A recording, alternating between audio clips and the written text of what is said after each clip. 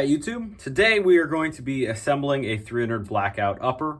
We're going to have a full parts list in the video description, but basically we're putting a pistol length gas tube on a 9-inch barrel from FAXON, Midwest Industries quad rail, EoTech, pretty standard stuff. Ripped the AR-10 because it lost its muzzle device temporarily. I'd like to get a flash hider for a YHM, but for now we're using this.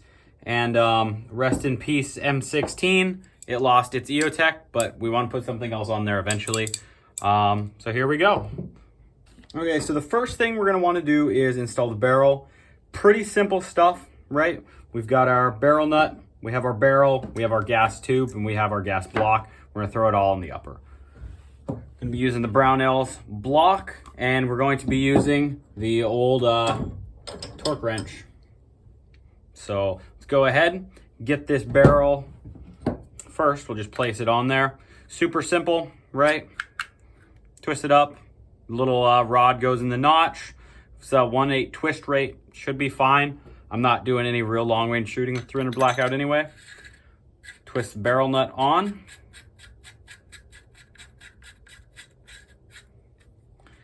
And then we're going to take this over to the vise where we're going to tighten this down to about 35 foot-pounds. We all know the drill here. Got the tool hooked up to the tool. Go ahead and place this on here, and we're going to turn it. There we go, 35 foot-pounds. While we're here, we might as well do our gas tube and our gas block. Okay guys, so there were no dimples on this barrel. FAXON barrels don't come dimpled. So using our kit and the old screwdriver gun, fucking electric drill, right? We go ahead. I use the first set screw, set it nice and tight, properly aligned. We have a little bit of wiggle room, but it's quite properly aligned, right? We drill our first hole right in there. Then we're going to transfer this here, do the other one, take them both off, finish them up so they're nice and smooth, and then go ahead and Loctite both of these set screws down.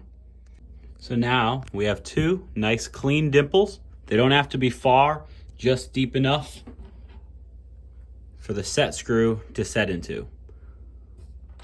Now we're going to pop this on, line them up, and go ahead, make sure everything's aligned, and tighten them down. Now that the gas tube is nice and secure, we can take our roll pin right here and pin the gas tube to the gas block. Okay, the last thing we have to do while it's in the vise is attach our muzzle brake, right? Gonna unscrew on here and I'll put it in fast motion. There. All right, gonna take our tool and our other tool. We're gonna go ahead and crank this down to 35 inch-pounds.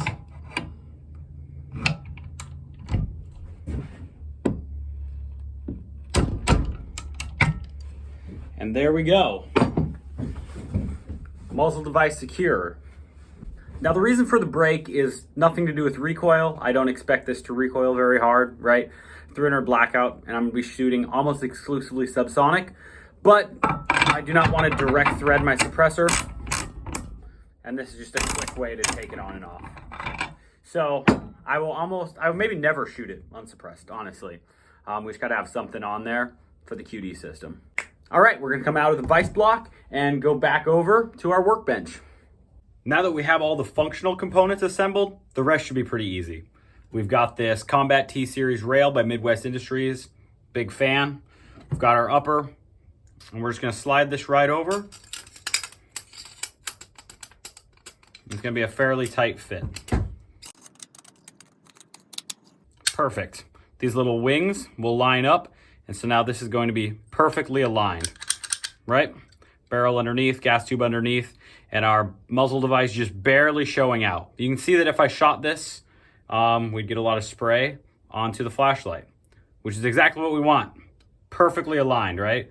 We're gonna take our little wedge piece right here. It's gonna wedge right in there. Put that in. These two little bolts, they're not painted, but it's all right. We're gonna take the supplied 4mm tool, 5/32. This is a 5/32 inch tool, Allen wrench, if you will. We're going ahead and screw these down nice and hand tight. I'm not putting Loctite on these, but a guy definitely could. In fact, I believe Midwest Industries recommends that, but I've never had a problem with these coming out on other Midwest Industries products. So make them nice and hand tight. See, it's coming through. Turn it the short way so you can get some leverage and just kind of yank down on them. You don't want to strip them, but definitely tight enough, right? Tight enough that they're not going to come out under shooting. And just make sure that you check on them periodically. That should be nice and good. We'll be taping this in a minute, but for now, we have the whole upper assembled, right?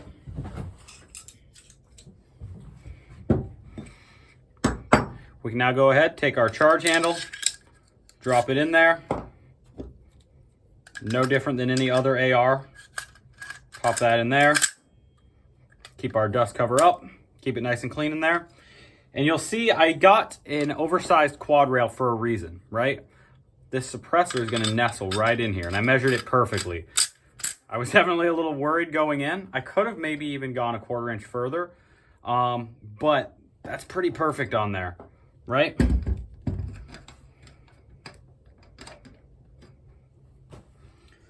Final step is going to be installing this EoTech. Have our EoTech tool, Allen wrench, right? Pretty simple stuff. I like to mount these pretty far forward. So we're going to go up to about here.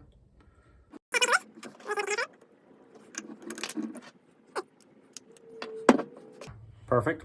Take our tool. Maybe go on the correct side. That'll help. Righty-tighty, lefty-loosey. There is torque spec for this, and I believe it's 25 inch-pounds, but we're just going to go plenty hand tight. We don't want to strip anything. There we go. I'm going to go ahead, wrap this up with electric tape real quick, and I'll be right back. Well, guys, thanks for watching. I just spent like an hour off camera putting this different places and messing with this foregrip, the vertical angled foregrip. It looked kind of cool, but I don't know. I just didn't really like it. Wasn't comfortable. I ended up just using the little rubber dealios that come with the Streamlight, and I actually kind of really like those. I'm going to be moving this eventually when I put backup iron sights on here, but for now, this will do. Plenty bright. Also, I'm not retarded, but you know, sometimes my buddies shoot my guns. I want this to be clearly noted. 300 Blackout. I'm only going to have one loaded 300 Blackout mag, and it'll be the mag that stays in the gun, and this gun will stay in the corner of my room for self-defense situations. But this looks a little bit ghetto, a little bit redneck, but I live in a trailer in South Georgia, so like, I don't know, I do redneck things sometimes. 300 Blackout. I think it looks a little bit tactical, a little bit cool. 100-mile-an-hour tape. Overall, this looks pretty cool. This looks actually super badass. I really like the way this nestles in here. Isn't that cool? Maybe make a YouTube short about that, honestly. I wanted this to look like the Honey Badger from Call of Duty Ghosts, and I wanted to be able to do cool 30 caliber stuff really quiet. So, yeah, welcome to the expensive world of 300 Blackout. Thanks for watching.